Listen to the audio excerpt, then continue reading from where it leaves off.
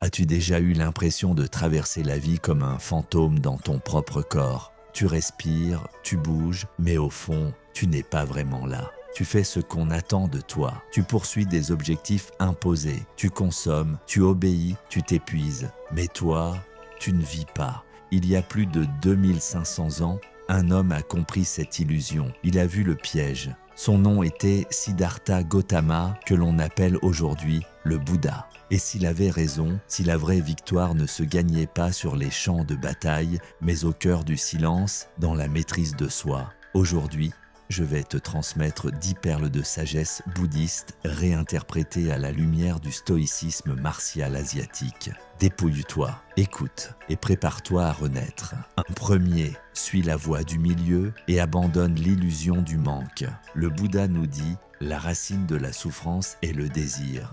Mais le désir dont il parle n'est pas une simple envie passagère, c'est la convoitise insatiable, celle qui t'arrache au moment présent et te condamne à poursuivre sans fin ce que tu n'auras jamais. Le samouraï ne désire rien, il ne convoite pas la richesse, il ne mendie pas l'amour, il avance calme et tranchant sans être dévoré par ses passions. Le Bouddha a connu les deux extrêmes, le luxe d'un prince et la pauvreté d'un ascète. Et il a compris que la vérité était ailleurs, dans la voie du milieu, ni excès, ni privation, juste ce qu'il faut pour rester droit.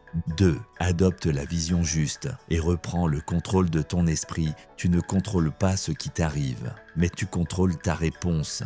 Le stoïcien appelle cela la dichotomie du contrôle. Le Bouddha, lui, parle de vue juste, la capacité à observer sans réagir, sans projeter tes peurs, sans juger, sans t'enflammer, comme un maître zen dans la tempête. Il ne lutte pas contre la pluie, il ne maudit pas le vent, il ferme les yeux et avance à travers. 3e, crée un karma de guerrier, pas de victime. Le karma n'est pas une punition cosmique, c'est une conséquence naturelle. Tu agis, tu récoltes. Dans le Hagakure, il est écrit « Chaque action doit être faite comme si c'était la dernière ». Et le Bouddha te dit « Ce que tu es aujourd'hui est le fruit de tes pensées d'hier.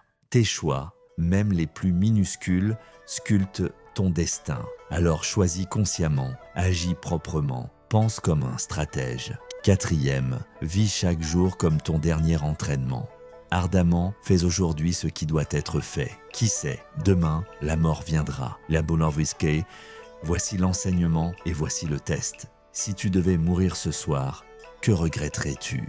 De ne pas avoir aimé, médité, combattu, crié ta vérité, de ne pas avoir vécu ton art avec rigueur. Souviens-toi, un vrai moine soldat ne diffère jamais l'essentiel, car demain n'est jamais garanti. 5e, cultive des habitudes aussi précises qu'un kata. Le Bouddha dit, goutte après goutte, le pot se remplit.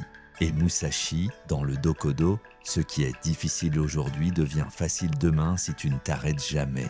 Chaque habitude est un coup de sabre. Mal exécuté, il t'ouvre le flanc. Répété avec discipline, il te forge un esprit de fer. Tu veux changer ta vie? Commence par ta matinée. Réveille-toi plus tôt, étire-toi comme un tigre. Répète ton mantra et surtout, ne négocie pas avec ton esprit. 6. Parle peu, écoute beaucoup, agis avec silence. Le Bouddha disait « Ce qui est vide fait du bruit, ce qui est plein est silencieux ».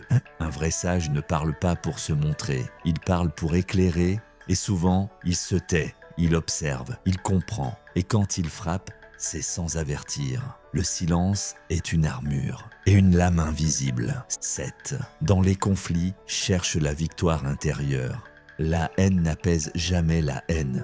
C'est le plus grand des paradoxes, et pourtant, c'est une vérité de guerrier. Le samouraï ne combat pas pour son ego, il combat par nécessité. Et parfois, le vrai combat, c'est de ne pas répondre. Face à l'insulte, le sourire. Face à la trahison, la coupe nette. Face à la violence, le calme. 8. Choisis tes compagnons comme tes armes.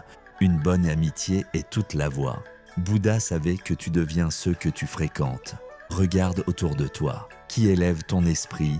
Qui l'alourdit? Quels hommes t'aident à garder la voie? Et lesquels t'en détournent doucement, jour après jour? Un vrai frère d'armes te rappelle ta discipline. Un faux ami t'encourage à trahir ton code. 9. Donne même avec peu. C'est ainsi que l'on devient grand. Un vieux proverbe zen dit « Une lanterne n'est jamais moins brillante pour avoir allumé 1000 autres. » Donne ton temps, ton écoute, ton énergie, pas par faiblesse, mais parce que tu débordes de force. La générosité n'est pas une perte, c'est un acte de puissance. 10. Le Bouddha est en toi, pas dans une statue.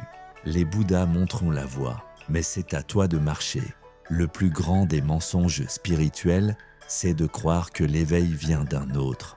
Tu veux la paix, tu veux la liberté, tu veux briser les chaînes de la souffrance, alors assieds-toi, respire et commence. La voie du Bouddha n'est pas une légende. C'est un sentier étroit, taillé dans la chair de la discipline. Et ce sentier commence là, maintenant, sous tes pieds. C'était l'âme du sage. On se retrouve très bientôt, mon disciple.